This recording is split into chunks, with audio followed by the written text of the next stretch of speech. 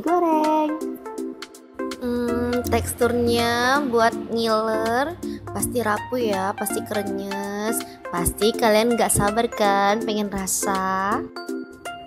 Nah ini sausnya kental ya. Pasti ada yang nanya-nanya nih ya, pedes nggak ya, pedes nggak ya. Oke, kita buktikan nanti ya. Nah jangan diliatin aja, yuk kita cicipin dulu. Penasaran kan ya? Sebelum dimakan jangan lupa baca bismillah dulu. Bismillahirrahmanirrahim.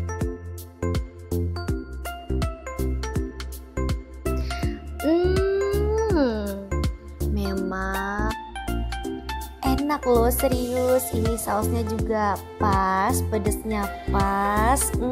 Coba deh, recommended. Pasti buat nagih pokoknya. Yang penasaran rasa dulu, di order dulu. Insya Allah nggak bohong kok rasanya. Duh, akhirnya pakai tangan juga.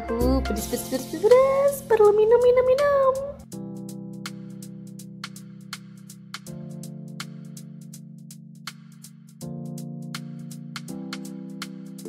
Wah, habis ludes tak bersisa.